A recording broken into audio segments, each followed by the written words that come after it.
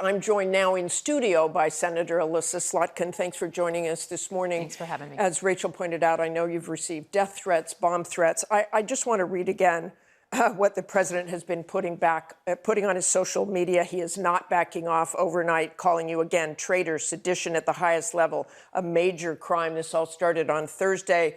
Donald Trump saying it's called seditious behavior at the highest level. Each one of these traitors to our country should be arrested and put on trial. Continuing, this is really bad and dangerous to our country. Seditious behavior from traitors, lock them up. Seditious behavior punishable by death. He also reposted, hang them, George Washington would. I just want you to tell me what's happened since this. Well, I think almost immediately, the security situation changed for all of us. Leadership climate is set at the top. So if the president's saying things like that, you can imagine people on the ground, what they're doing, the calls into our office, et cetera, into our teams, the calling of police. I think I've been through dangerous situations before, so it doesn't change, my feeling about speaking my mind. But obviously, the president took issue with one sentence in a video and was calling for our death. I think that's inappropriate, whether you're a Democrat, Republican, or an independent. The White House says President Trump wasn't threatening death, but thinks you and the other members are in serious trouble. Are you concerned about any of that? Deputy Attorney General Todd Blanche said you should be held to account. Look, I think there's no secret that the president is trying to weaponize the Justice Department. We've seen him do this many times with many different people already. This is a tool of fear. He's trying to get us to shut up because he doesn't want to be talking about this. And in fact, I would argue that one of the things that he's been doing by repeating it and talking about it is trying to distract us from the big stories of last week, which were the Epstein files and then the economy. And I took note yesterday at 9 o'clock at night. He's tweeting that there's no inflation, the economy's the best it's ever been. It was kind of amazing considering that the American public isn't stupid. It actually reminded me of Joe Biden, right? Joe Biden tried to tell us for a year that the economy was great.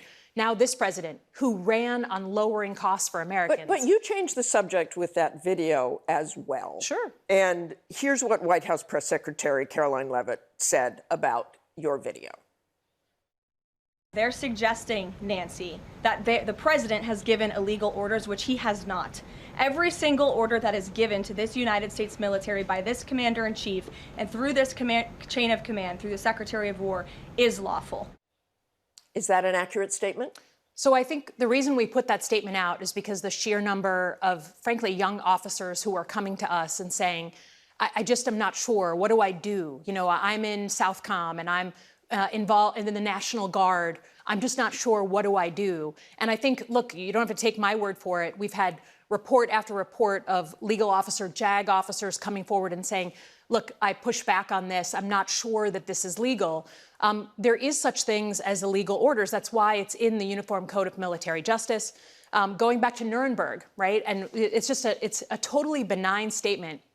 And if the president is concerned about it, then he should stay deeply within the law. But I think it's important to know it's not hypothetical, right? This president in the last administration, asked his Secretary of Defense and his chairman of the Joint Chiefs to, quote, shoot at their legs at unarmed protesters in front of the White House that he wanted moved. Actually, I know you're talking about Mark Esper's book. He didn't exactly say that. He said the president suggested that, but they were never ordered to do that. And he got out of the Oval Office quickly so that he wasn't told to actually do it. And I give him a lot of credit for that. I give him a lot of credit. So let's talk right now. Do you believe President Trump has issued any illegal orders?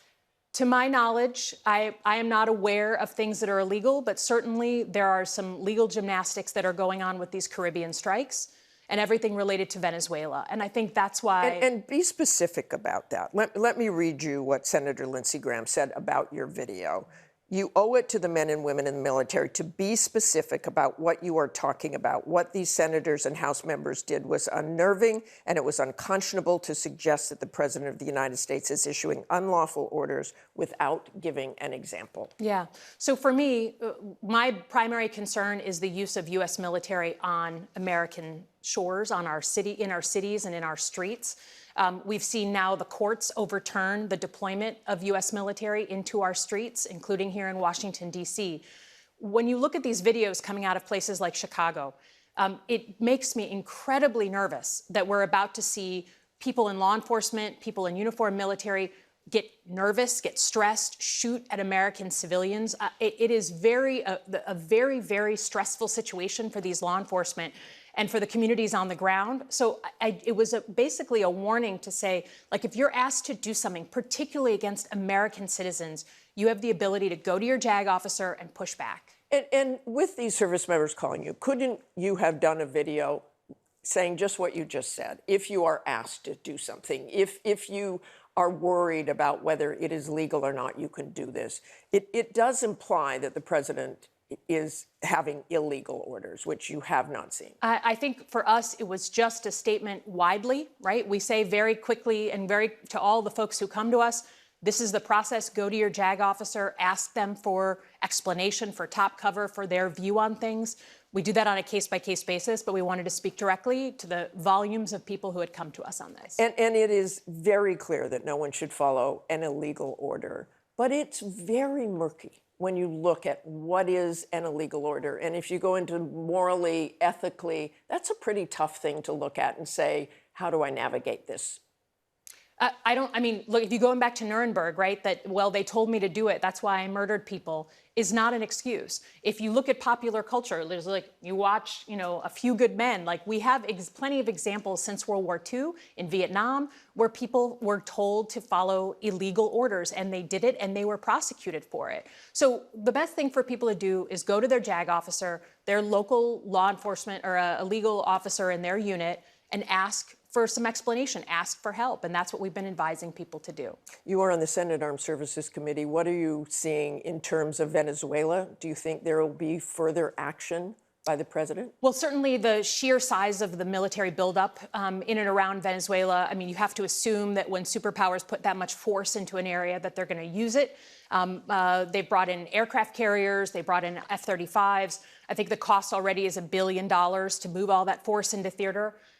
Certainly, if we're going to actually think about prosecuting some sort of war or military action against the mainland of Venezuela, I would hope that the president would want to have that conversation publicly, bring in the American people who are not looking to get into another war, who are not looking to get into regime change. We had Iraq and Afghanistan. I think people generally on all sides of the aisle are exhausted by war. But just have that conversation, be transparent about it. I think that's what's been hard about the strikes in the Caribbean. Many of us would be supportive of going after drug cartels, but a secret list of secret terrorist organizations, just be transparent with the American public. Okay, thanks very much for joining us this morning, Senator. We appreciate it.